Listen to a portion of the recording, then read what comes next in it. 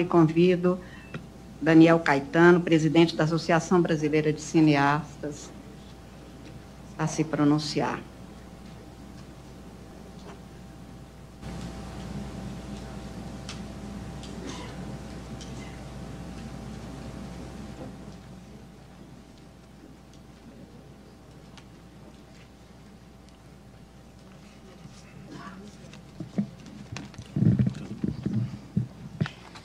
Senhor Daniel, o senhor também tem até 10 minutos para se manifestar e tem a palavra. Certo. Antes de tudo, cumprimento a senhora ministra Carmen Lúcia, a senhora ministra Rosa Weber, os demais componentes da mesa, meus colegas expositores e a toda a plateia.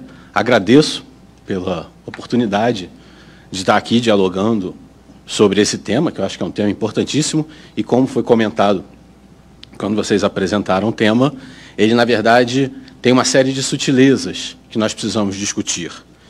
E a gente sabe que a Constituição Federal, em mais de uma oportunidade, determina que a censura não pode acontecer, que é proibido qualquer forma de censura artística, ideológica e política. Mas, na verdade, eu vou citar aqui, lembrando de uma pessoa que trabalhou com produção e crítica e depois foi trabalhar na gestão pública, que foi uma figura muito importante no cinema brasileiro e que eu conheci, chamado Gustavo Dal. O Gustavo Dal foi, entre outras coisas, o diretor da área de distribuição de filmes da Embrafilme e depois foi o formulador da Ancine.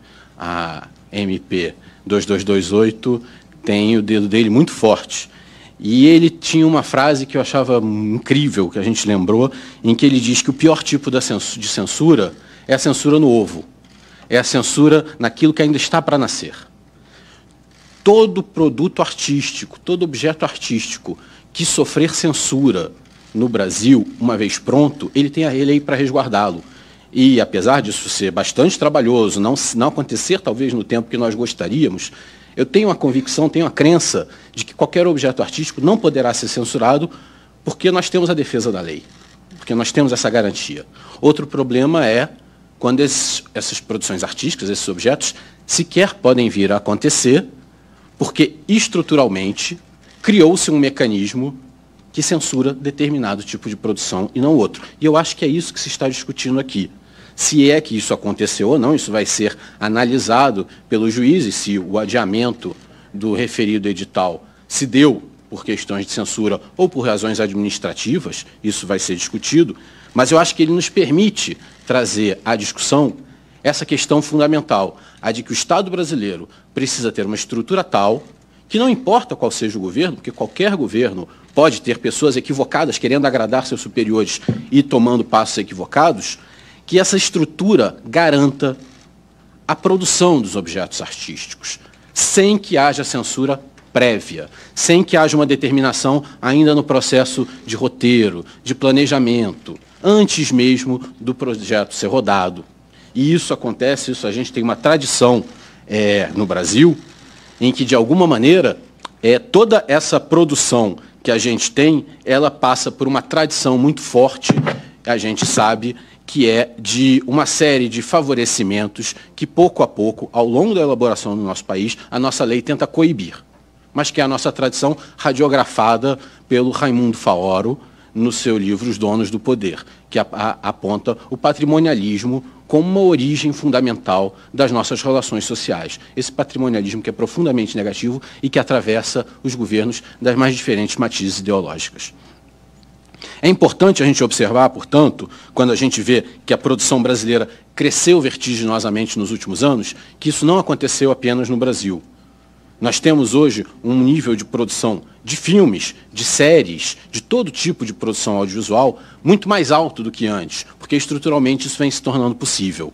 Agora, isso não acontece apenas no Brasil, graças a inovações tecnológicas, a novas formas de produção e difusão, a uma certa simplificação mesmo da produção, o número de produções explodiu em diversos países no mundo.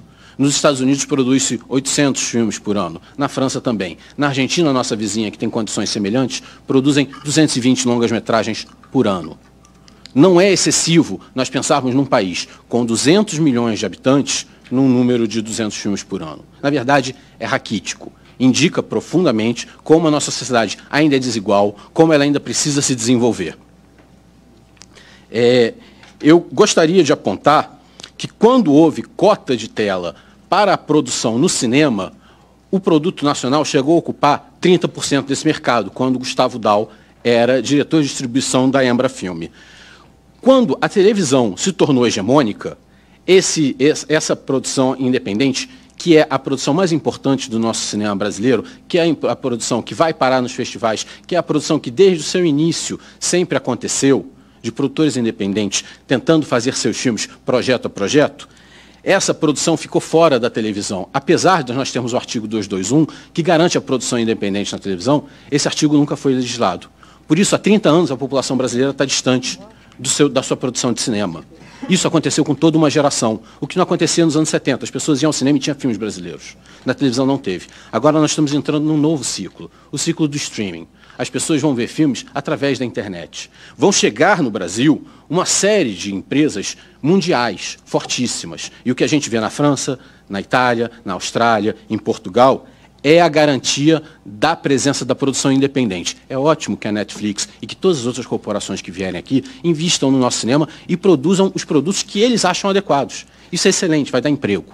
Mas é preciso também que eles tenham que comprar produção independente. E isso vai garantir um mercado, vai garantir uma demanda, vai garantir aos produtores independentes poder produzir porque sabem que podem licenciar seus produtos podem ser vistos. Não vão ficar esquecidos de uma prateleira sem poder ser distribuídos.